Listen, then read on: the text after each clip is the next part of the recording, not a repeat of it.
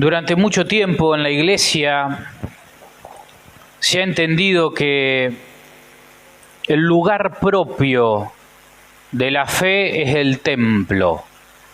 Y se ha entendido que en torno al templo es en torno a lo que tiene que girar toda la vida de fe de una comunidad. Y esa perspectiva, que duró durante muchos años dentro de la Iglesia Católica, ha tenido una irrupción y una vuelta a la fuente, que tiene que ver con la misión que Jesús le da a los discípulos, que es ir y hacer que todas las naciones crean en el Evangelio.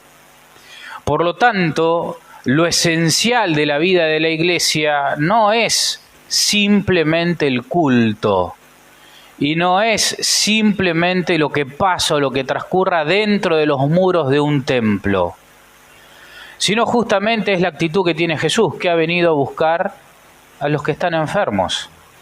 La esencialidad de la fe, lo más primordial de la fe, lo más auténticamente novedoso de la fe cristiana es la misión, es la búsqueda de aquel que no tiene llegada al templo, es la búsqueda de aquel que no se va a acercar a una misa, que no va a venir a un sacramento, de aquel que no va a tener contacto con la búsqueda de Dios, que no va a venir a hablar con un sacerdote cuando se siente mal, que no va a venir a rezar cuando está pasando angustia, aquel que no tiene reflejo religioso, porque no lo ha recibido, porque no se lo han anunciado, porque no se lo han predicado.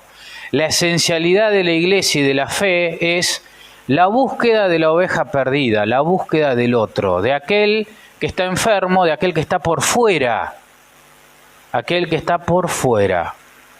Y para eso la Iglesia a lo largo del tiempo ha desarrollado infinidad de métodos de misión.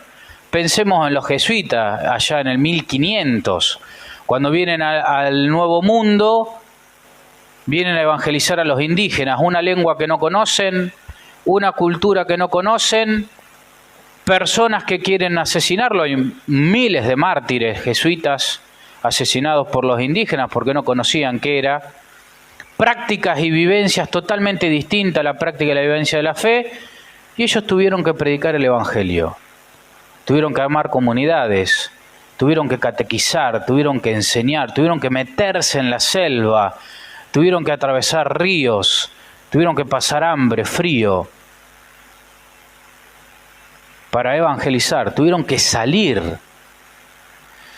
Si no pensemos en las grandes evangelizaciones, ustedes imagínense que en la Edad Media incluso aquellos que habían sido pensados, que habían experimentado la vocación de vivir detrás de los muros de un convento, como eran los benedictinos, por ejemplo, que se dedicaban a la oración y al trabajo de la tierra, salieron a evangelizar Europa, se dedicaron a la misión, se exclaustraron para dedicarse a la evangelización. ¿Por qué? Porque así lo requería el momento. Es decir, lo esencial de la fe, lo esencial de la Iglesia es la búsqueda de poder mirar, observar y advertir a aquel que está por fuera de los límites de los muros de un templo, aquel que incluso podemos considerar que está por fuera de la fe. Esa es la misión de la Iglesia. Y la Iglesia somos todos los bautizados.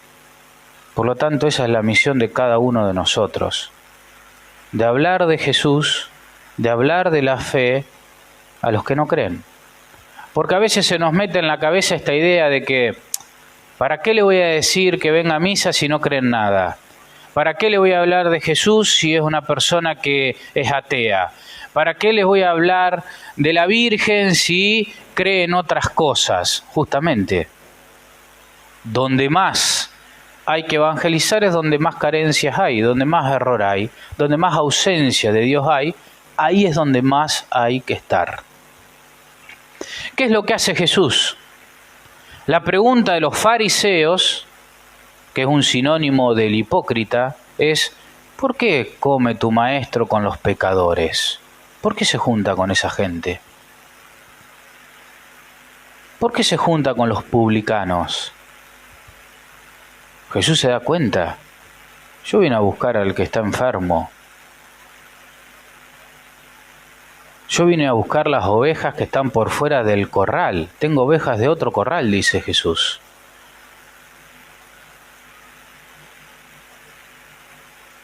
Yo he venido a rescatar al que estaba perdido, para que ahora viva. Yo he venido a buscar esa oveja que se ha perdido. Por eso come con los pecadores.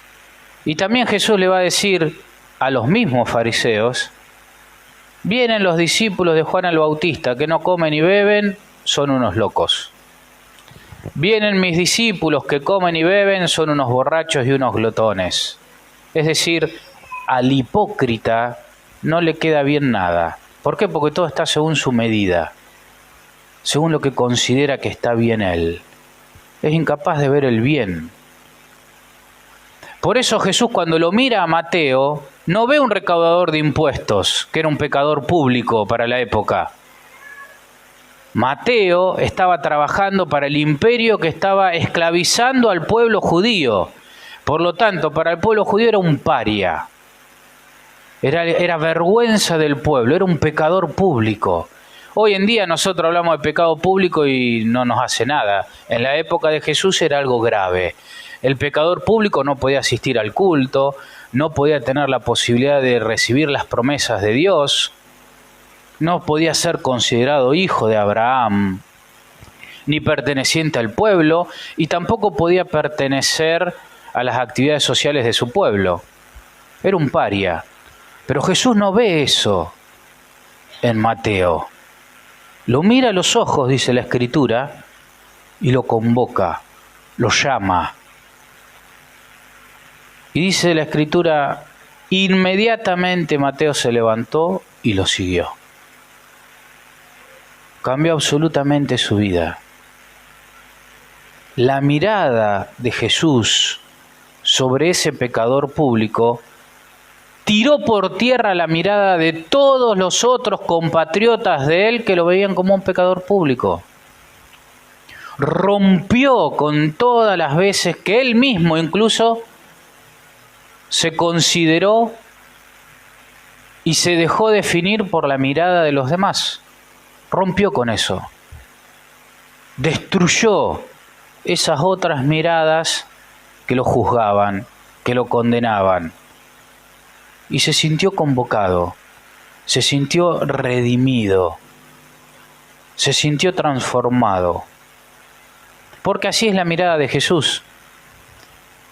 Lo dice la Escritura: yo no soy como ustedes.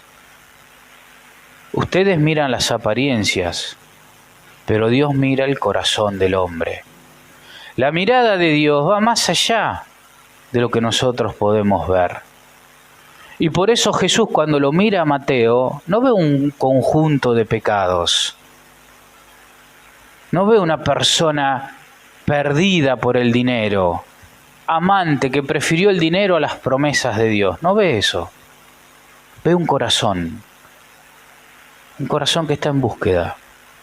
Lo elige, lo llama y lo convoca. Como hoy Dios está llamando, eligiendo y convocando a muchos de nosotros, a muchos de nuestros hermanos, a muchos de nuestros vecinos, familiares, pero esta vez a través de nuestra mirada, porque Jesús ya no camina más humanamente como hace 2000 años, sino que a través de nuestra mirada Jesús quiere mirar a ellos y quiere convocarlos. Por eso nuestra mirada sobre los demás tiene que ser con los ojos de Dios, para ser capaces de ver en los demás aquello que es lo que Dios ve.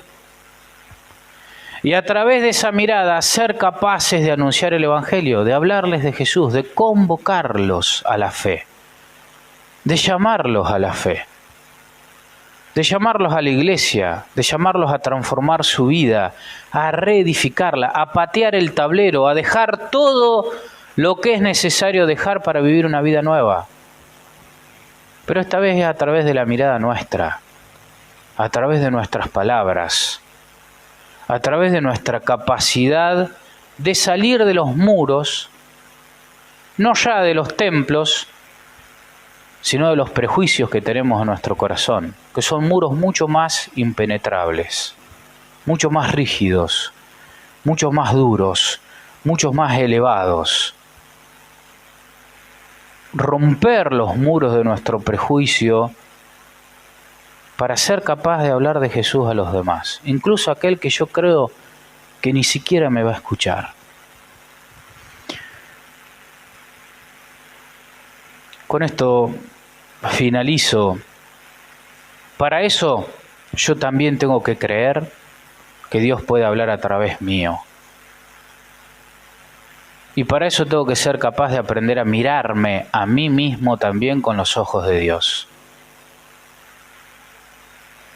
Es mentira que ninguno de los que estamos hoy acá puede no hablar de Jesús. Cada uno de nosotros podemos hablar de Jesús a cualquiera. Podemos predicar, podemos evangelizar, podemos ser canales de la gracia de Dios, de la presencia de Dios, cada uno de nosotros. Esa es la vocación laical de los laicos. Impregnar los lugares donde se mueven del perfume de Cristo, de la gracia de Cristo. Pero tenemos también que ser capaces de mirarnos con esos ojos. ¿Para qué? Para que cuando el que tengo al lado lo necesite, sea capaz de hablarle de Dios. No me autoexcluya de la posibilidad de mirar al otro con los ojos de Dios. No me autoexcluya de la posibilidad de hablarle de Dios, de anunciarle, de pronunciar el nombre de Dios sobre la existencia del que tengo al lado, sobre aquel que me está pidiendo ayuda. Por eso en esta fiesta de San Mateo lo que nos recuerda el Evangelio de hoy es que tenemos que ser capaces de aprender a mirar con los ojos de Dios. Que tenemos que ser capaces de mirarnos con los ojos de Dios y de mirar a los demás con los ojos de Dios. Y a través de esa mirada ser capaces de anunciar el Evangelio a los que tengo al lado.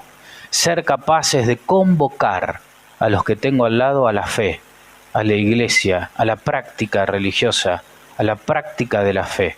Ser capaces de anunciar el nombre de Jesús y de cumplir con ese mandato que el Señor nos ha regalado en la Escritura. Vayan y hagan que todas las naciones sean mis discípulos. Ave María Purísima.